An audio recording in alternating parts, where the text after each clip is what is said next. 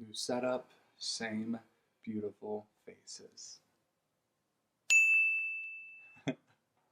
What is up, everyone, and welcome back to our YouTube channel. YouTube show. Not our YouTube show. If you don't know, we're Kara and Caleb. I'm Kara. And I'm Caleb. We're glad to be back, right? Yeah, of course. I love doing these things. We love doing these videos. We do this thing where we like do and then pause and then do and then pause. Well, we have a lot going on. We have a lot. We're making it human. I'm growing a human. Can I honestly? I haven't even talked to you about this, but I had said this yesterday, where I feel like my heart has just like expanded in regards to my love for you. Honestly, right? I said that. Is it because I'm getting bigger? No. So there's more of me to love? But be serious. I honestly think, and I was processing this on the way to the gym today, I feel like watching you carry this child and knowing how massive of a disruption it is, like you can't continue to do life the way that you do life unnecessarily, right? You have all these surge of hormones and you're tired and there's all these challenges, and I've been watching you so gracefully carry this child with, we have 4 months left, a little less, right? Yeah, that's crazy. And I can honestly say, I think that has been the source of like, my heart has even opened up more. And I don't know, like this love is continuing to grow. Like love is infinite, right? We can never exhaust it. And I'm actually experiencing this reality of like, I didn't think I could love you anymore. And it's legitimately has grown. That's really beautiful. I honestly mean that. Thanks, honey. The things I process on the way to the gym. I love it. But today we actually want to talk about a subject that is super important. Incredibly important. And actually probably really relevant right now. Yeah. I feel like given the time, I mean, it's always relevant, but given the time in the world, it feels more poignant than ever. Yeah. And I think it's a topic that we hear from all the great teachers, the mystics, all the self-help books out there. We read it all the time. This idea, and it's this idea of like letting go. Surrendering and letting go. Stop trying to control everything and just let go. Let go! We hear it all the time. You just have to let go. You just have to surrender.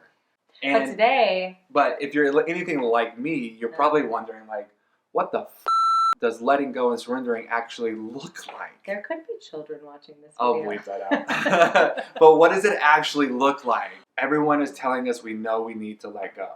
Yeah. I feel like you and I both have this, we love the mysticism, we love the spirit side of things. We also love to get practical. Granular. Yeah. Let's get granular about it. What does it actually look like to practically let go? Because we know when we need to let go of something. We feel it intuitively. There's often a call towards letting go, surrendering. But what does it actually look like? Yeah.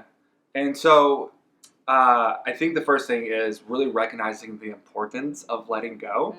And I know for me, like the first thing that I think about is that in letting go, what we do is we energetically create space. Right? When we let go of partnerships that no longer serve us, relationships, friendships, walk away from jobs. Ideas. When we let go of ideas, mentality. expectations, when we let go of self-criticism, self-hatred, unforgiveness, when we let go and surrender all of these things, what we're actually doing is we are energetically creating space to invite in what is trying to make its way into our lives. And so that's just one reason why letting go is so incredibly important. It's a cheesy example, but I really do have the visual of like, if your hands are gripped around something, there is no space for newness to come in. And so when we hold on to old things that are no longer serving us, it might feel comfortable, it might feel safe, and we'll get into why that is, because we hold on to things a lot of times because there's a perceived safety happening. But if we want the newness, if we want the expansion, if we want the more in life, which most of us do, a huge prerequisite to that is this letting go, is opening up and letting these things fall away that really are not serving us. Yeah, and I think it's important to also note that while we kind of touched on why it's so important, I think it really needs to be clarified and discussed on what letting go is not. Yes. What is letting go not? Well, I know for me, I used to think I was letting go when I would say, screw everybody, you're all dead to me. Right? Heart shut down. and then I walk away, right? And I tell myself it doesn't bother me. Letting go is not telling yourself that these things no longer bother you when they clearly bother you.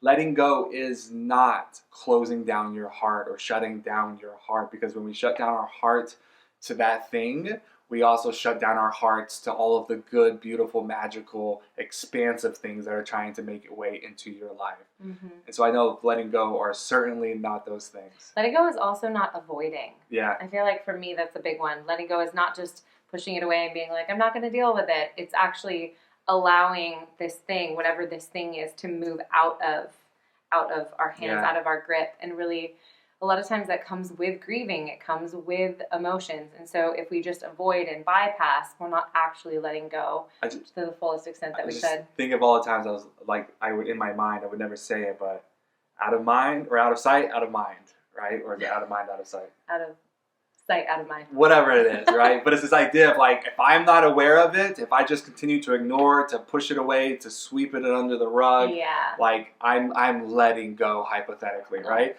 But the problem with that is that when we don't allow, and we can talk about it, when we don't allow the fullness of the process of letting go to run its course, it's only going to resurface in a very uncomfortable, sometimes very destructive way down the road, down the road. Yeah. And so it is this idea that what we don't deal with will come out sideways. So in the process of letting go, there really is the work of actually releasing, right? Like actually letting go of. Releasing is probably a great word for it, because there is this physical aspect to it. But if we just push it aside, don't deal with it, it's going to come out sideways. What are ways that you had to let go in your life? I know there's countless. Countless.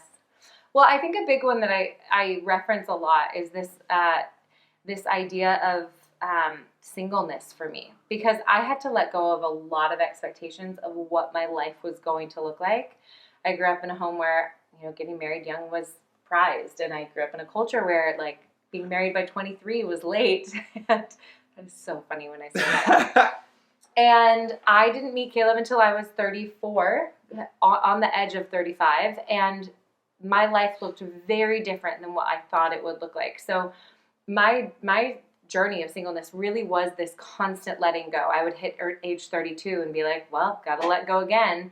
That's another thing with letting go. It's continual. There's not just always a one-time letting go. There's a constant surrendering of the expectations of what you think it should look like, so that it can look like what it actually is. So for me, I feel like a huge journey of letting go was this one of constantly surrendering my expectations of what I thought life should or could or would have looked supposed to. These expectations of what it should look like, what it was supposed to look like. And I did a lot of work around that before meeting you. So much work of really letting go of the expectation of any person in my life. If nothing ever changes in my life from this moment, I'm okay. Those are my words. Nothing ever changes. Those are so my words. We spend too much time together. But literally, if my life doesn't change, if I stay single forever, I had a pretty big surrender moment with God where I was like, okay, if I don't get what I want in life, I guess I can still believe that God, universe is good. And it was a massive surrendering moment for me and quite a wrestle. But I feel like that's the biggest one that I think of, because it was not just a one-time letting go. It was that's year after year after year. I think that's so important to like verbalize. You said it. It's a wrestle. Mm-hmm. So I don't think surrendering, I don't think of it as like we're letting go as this one defining moment. Yeah. That, okay, now I let go. Yeah. Right. I do think that you can make a resolve, an inner resolve, or a deep commitment in your heart to let go. And I think that can be a defining moment that I'm going to do the work to let go. Yeah. And that sets something in motion. But the process of letting go in and of itself, it's almost more of a posture. It's a dance. Yeah. It's a dance of like holding on, letting go, holding on, letting go, holding on, letting go. And that's why, and we'll talk about it, I'm going to say it here, but like a key component in letting go is self-compassion. Mm. Like you have to be gentle with yourself because you're not always going to show up the way you think you should show up or the way that you know you should show up, because we're human beings, right? Yeah. And we make mistakes. And so as long as you can just continuously shower grace and shower compassion on you in this process of letting go. That is the fuel. You like that? That is the fuel that keeps this vehicle moving forward. And I think in the same vein, for me, there's so many things that I've had to let go, and there is an art to letting go, and that's what we're kind of talking about. And it's so necessarily important, because when we hold on, like we talked about, when we hold on to things that no longer serve us, or we know that things are not right for us, we're preventing the thing that is meant for us from actually getting into our lives. Right? It might not happen the way you expect it, but it's happening. Yeah. And I know that the relationship that I was in before meeting you, oh my gosh, I know that incredible person, but I knew I should have let go. But I held on. I thought, and this is a really gray area, it's a very gray area between knowing to stay and to fight through the resistance versus, oh no, it's time to let go. Right? And I was staying in this relationship because I thought that walking away and letting go was weak. I thought that it meant that I was giving up on myself. I thought that it meant that I was taking the easy way out, right? Because anything worthwhile in life you have to fight for, which is also a mentality and a belief system that I had to let go of.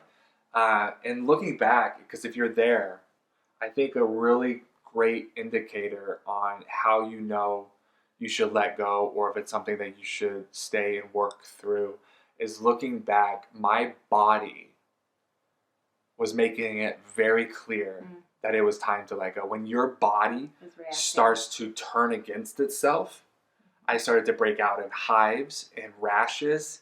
I started to deal with crippling anxiety, right? My body was telling me, Caleb, you're holding on because you think it's what you're supposed to do. It's the strong thing to do. But my body started to actually turn against itself.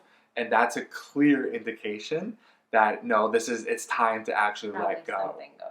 Right? There's something going on. There is such a self-betrayal happening that your body is turning against itself, and it's time to let go.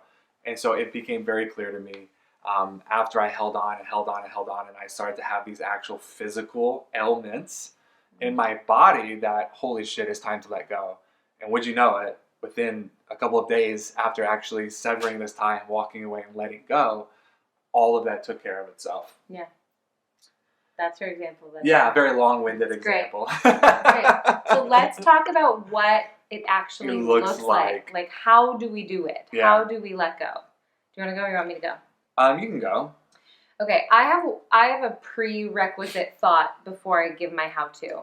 One of the things that comes up for me when I think about how to let go is there is a need to understand that God, universe, life is on your side, is happening for you. It's foundational. Has to be settled. I agree with that. Because if we're going to fall into the unknown and release our sense of control, we really need to understand and believe that something greater is holding our life, right? We really need to believe that something is backing us up when we fall off this abyss into the unknown. Because so much of what is the wrestle of letting go is this false perceived idea of control.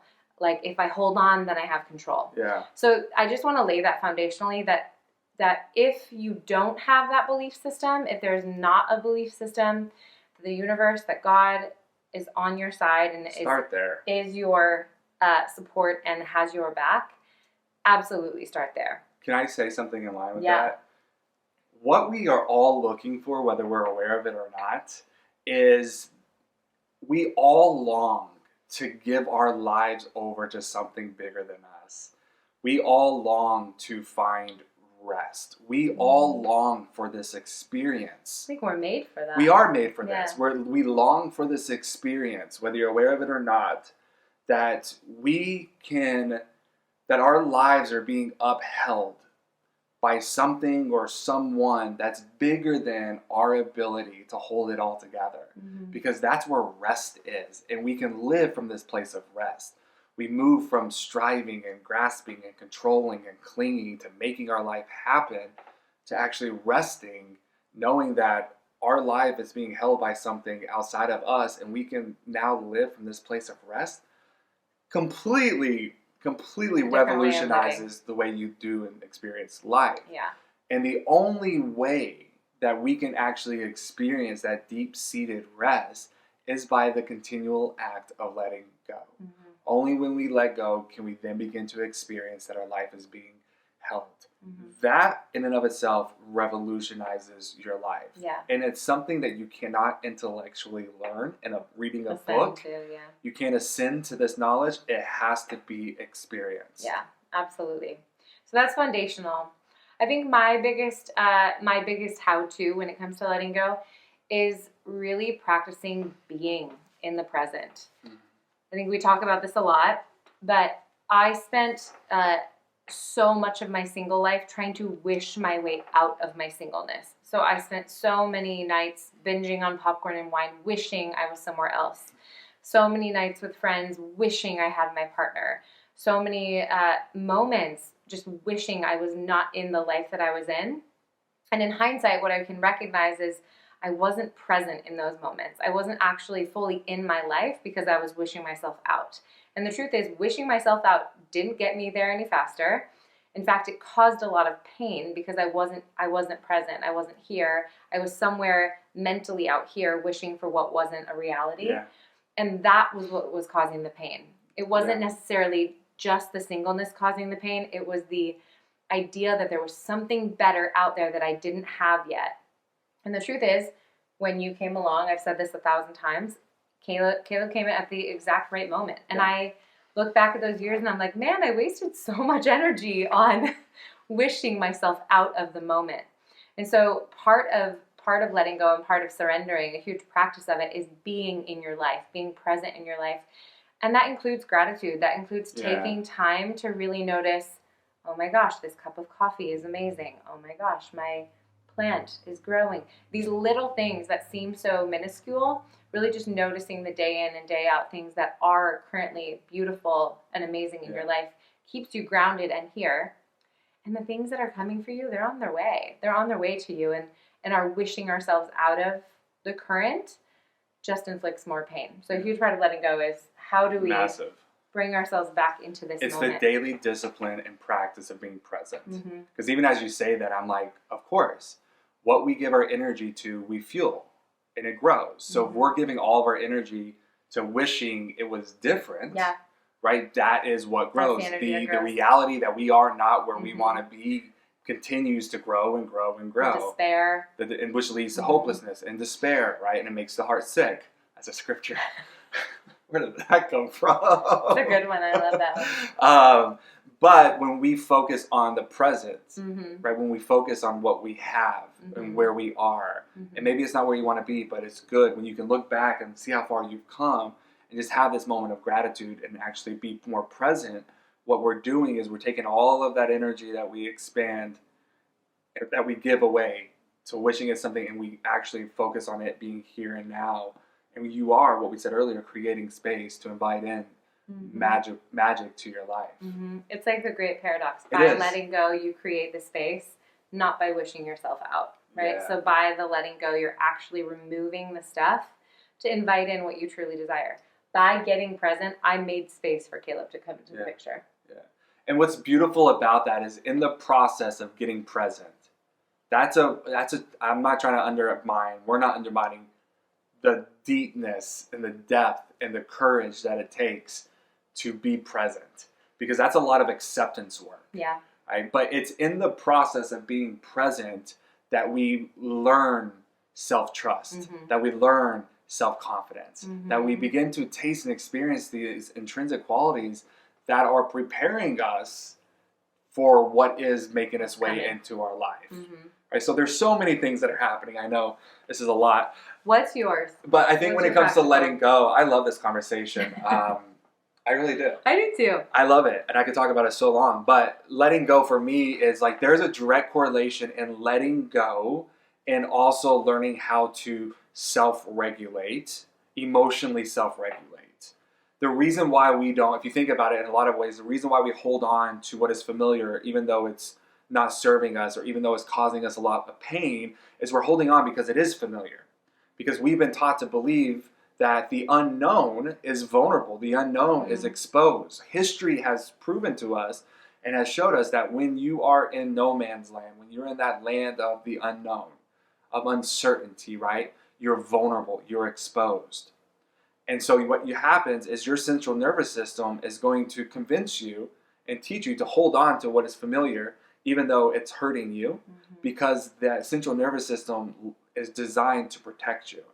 And it's so scary of what is awaiting for you out there in that darkness of uncertainty, right? And so I say all that because as you begin to regulate, emotionally regulate, what you're actually doing, so when you're feeling triggered or activated, you're having a moment where you're losing it, right? And you learn how to be present, connect to your breath, right? And do these different maybe exercises. Something that I do is I'll look around and I'll identify 3 colors, right? That is a beige white. That is a very turquoise, dark turquoise. That is a beautiful pink or red or whatever it is, right? I find 3 colors and immediately what's happening is I'm engaging in the present, right? I'm in the present. And so what I'm doing is I'm learning how to self-regulate. So many tools out there to learn how to emotionally self-regulate. But what I'm actually doing is I'm teaching myself that I am safe at greater levels of uncertainty. And so every time I emotionally self-regulate, I'm actually preparing myself and telling myself that I am safe to let go. I'm safe to walk away. I'm safe to end this relationship. I'm safe to move into uncertainty. And so there, and from my experience, is a direct correlation between emotionally regulating, self-regulating, and also finding the courage to let go. Yeah, it's good. It's really good. Thank you. Letting go, man. There you have it. We're sending you all the love, honestly, all the love and all the encouragement as you lean into your own story and whatever is asking you, whatever is being asked of you in this season of maybe letting go, whether it's belief systems or unforgiveness or self-hatred or relationships or a job. You do not have to do this alone. Reach out. Also, I said it earlier, but I really do mean it. Show yourself some compassion because you're doing a good job. Lots of self-compassion. Talk to you soon.